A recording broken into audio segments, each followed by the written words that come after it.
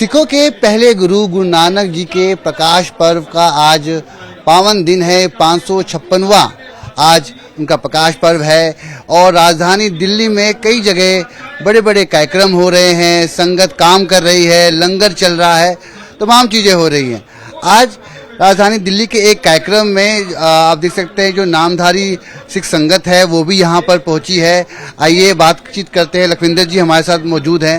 Sir, Guru Nanak ji का प्रकाश पर्व है और इससे बड़ा पावन दिन नहीं हो सकता, तो राजधानी दिल्ली में जो आपकी संगत यहाँ पहुँची है, क्या कुछ यहाँ पे आप लोग कर रहे हैं आज?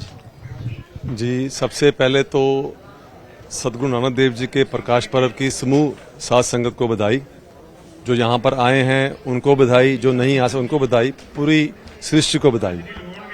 आज के दिन जब सदगुरु नानक देव जी ने इस मातलोक पे अवतरण किया तो क्या हुआ, सबसे पहले उन्होंने आके यहाँ पर पाप को खत्म करने का प्रयास किया। उसी पापों के अंदर एक बहुत बड़ा पाप था गौ हत्या का।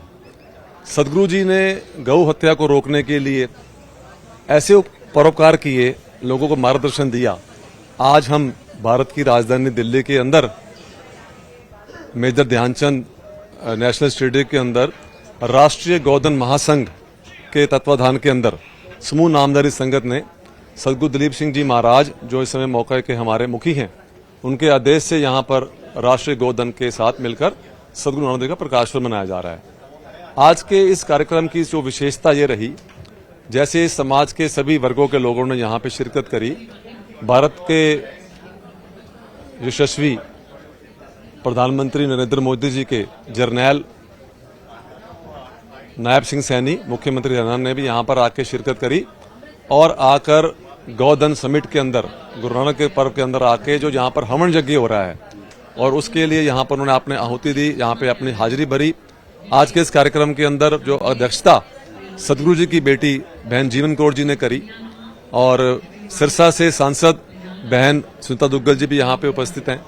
और आज के इस विषय पे हम ये आने वाली पीढ़ी के लिए जो हमारा इतिहास है, नामधारी सिखों का इतिहास है, भी कैसे उन्होंने सदगुरु राम सिंह जी की चलाई हुई लहर को आगे मुख रखकर पिछले तकरीबन 250 वर्षों से गौ रक्षा के लिए, भारत की आज़ादी के लिए, भारत की स्वतंत्रता के लिए जो बलिदान नामधारी सिखों ने करे हैं, आज के इस पावन पर्व पर हमने वो प्रदर्शनी भी यहाँ पे लगाई है, जिसको देखकर जो हमारी पहली जो पुश्त है और आने वाली जो हमारे जो पुश्त हैं वो इसको आगे देखें और कैसे हमारा गौरवमय इतिहास है सिखों का भारत के प्रति, गौ रक्षा के प्रति, वो यहाँ पे प्रदर्शित किया जाए। थोड़ा अगर हम आप समझाना चाहें कि नामधारी सिखों का जो इतिहास रहा है, किस तरीके से आपने प्रदर्शनी में संजोया है? जी, जब सदगुरु राम सिंह जी ने 1800 की शताब्दी के अंदर, 1860 के अंदर जब अंग्रेजों का पंजाब के ऊपर राज हो गया, तो सदगुरु राम सिंह जी ने सबसे सर्वप्रथम भारत के अंदर असहयोग आंदोलन की शुरुआत करी। उसका भाव ये था कि हमने अंग्रेजों की बनाई हुई हर वस्तु का, हर सेवा का बहिष्कार किया और उसके समानांतर अपनी डाक सेवाएं, अपनी हर व्यवस्था, कपड़ा बुनने की व्यवस्था सदगुरु जी ने बनाई। आज हमारी इस प्रदर्शनी के जो मुख्य सेवादार हैं, जो आपको और बेहतर तरीके से बता सकते हैं, मैं बेनती करूंगा, हमारे साथ भाई सुरेंद्र सिंह जी मौजूद हैं, जी आपको इस प्रदर्शनी के बारे में और गहन तरीके से बता सकेंगे। जी, जैसे कि आपको लखविंदर सिंह जी ने बताया कि सदगुरु राम सिंह जी ने सबसे पहले 1857 में विसाखी वाले दिन सबसे जो कूका मूवमेंट की शुरुआत की थी कि हम अपने बात के लिए लोगों को जागृत किया, आजादी के लिए सबसे पहले, जिसको हम फर्स्ट फ्रीडम भी बोल देते हैं, कि कैसे उन्होंने सिखों को अमृत छिका करके, सिख बना करके और उनके अंदर सदगुरु जी नानक देव जी का जो प्रचार उसके साथ जोड़ करके और अपने भारत की आजादी के लिए सबसे पहले मैं आपको आपके ध्यान में एक बात लेके आना चाहता हूँ। जब उन्होंने ये झंडा खड़ा किया था भारत के लिए, वो पूरी अंग्रेज सरकार के बिल्कुल बराबर एक भारतीय सरकार का गठन किया था। जैसे आज हमारे देश में डीसी होते हैं, तब उन्होंने पूरे भारत के अंदर अलग अलग जगह सूबे बनाए थे, जिसको हम हिंदी इंग्लिश में डीसी भी बोल देते हैं। उन्होंने पंजाब की भाषा में एक सूबे बनाए थे। सूबा होता है एक सूबे का सूबेदार, जी, उसको वो बनाए थे। और आप देखते हैं कि तब उन्होंने 1857 में ही, आप प्रदर्शनी के रूप में देख सकते हैं कि उन्होंने भी स्त्रियों को भी पूरी बराबर समानताएं दी थी। वो बीबी हुक्मी कौर जी थे, जो स्त्रियों की तरफ से पहले सूबा थे। और ऐसी बहुत सारे कार्य सदगुरु जी ने पूरे भारत के अंदर जा करके वो भारतवासियों को जागरूक करके पूरे भारत के लिए किया था। आप आगे आगे आते चले जाए। और भारत की स्वतंत्रता के लिए उन्होंने रूस, नेपाल, आसपास के जो हमारे और देश थे उनके साथ भी संबंध बना करके अपने भारत की आजादी के लिए और मुहिम को जो आगे बढ़ाया था। ऐसे ही हम आगे आगे चलते हैं कि जो असहयोग आंदोलन महात्मा गांधी जी ने सब जानते हैं, लेकिन नहीं, सबसे पहले सदगुरु राम सिंह जी ने असहयोग आंदोलन महात्मा गांधी जी से भी 50 साल पहले शुरू किया था। और ये असहयोग आंदोलन इतना बड़ा था कि उन्होंने अंग्रेजी अदालतों का भी बहिष्कार किया था और अपनी पंचायत की स्थापना की थी। अगर मैं बोलूं तो हमारी भारतीय की सबसे पहले अदालत जो थी वो सदगुरु राम सिंह जी ने शुरू करवाई थी। और उसके साथ साथ अंग्रेजी स्कूलों का भी बहिष्कार किया।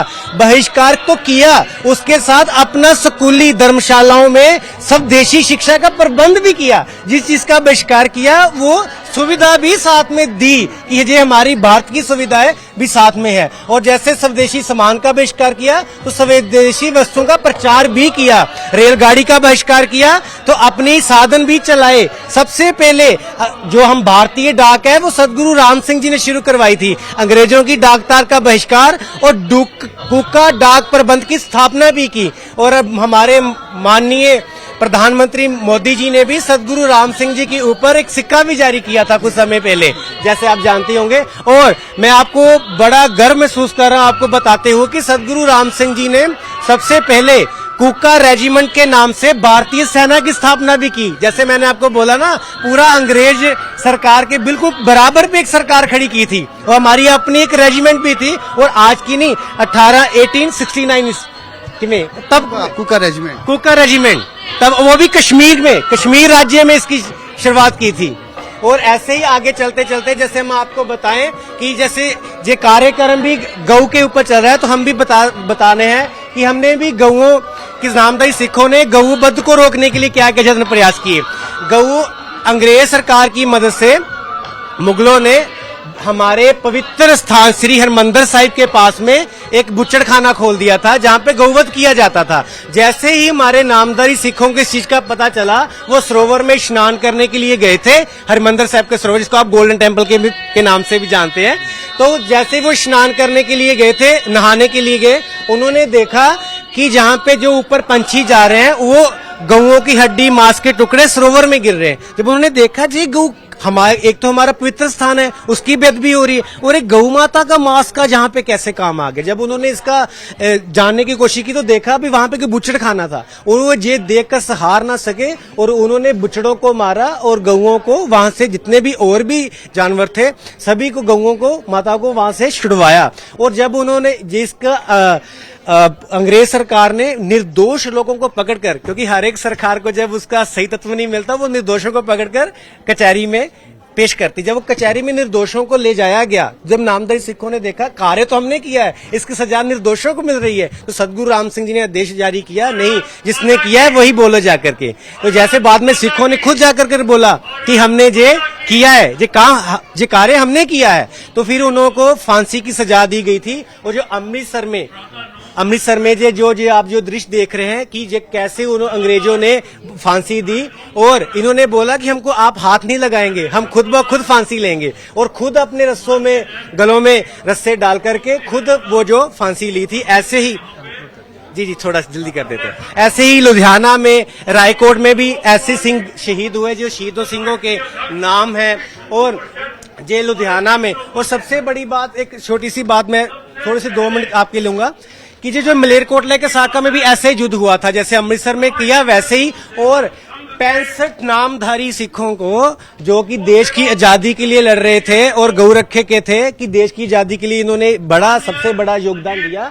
तोपों के आगर उनको उड़ाया गया, तोपों के आगे आकर। आप इतनी वीरता थी, इनका हाइट छोटी थी एक सिख की, तो अंग्रेज ने बोला आपका तोप के मैच पे नहीं आ रहे, उसके लेवल पे नहीं आ रहे हो तो आपको नहीं मारेंगे। तो उन्होंने एक पत्थर इकट्ठे कर करके ऊपर खड़े होकर बोला कि बोल अंग्रेज अब आ रहा हूं कि नहीं आ रहा हूं।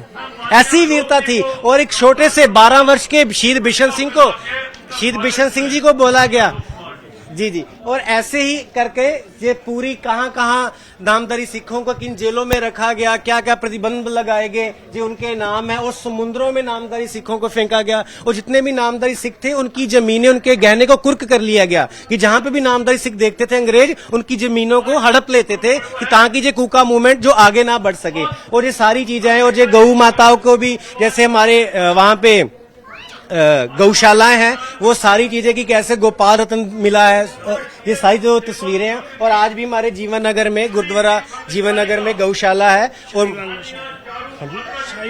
साहिवाल नस्ल की गौएं की, जो कि हमारी भारतीय नस्ल की हैं, उन्हीं को ही रखा गया है। और अब जिस हमारे सदगुरु जी हैं, ये ऐसे सारे कार्य करके ये हम बता रहे हैं कि जो नामधारी सिखों का अपने देश के लिए और गौ माता के लिए और भारतीय संस्कृति का क्या योगदान है।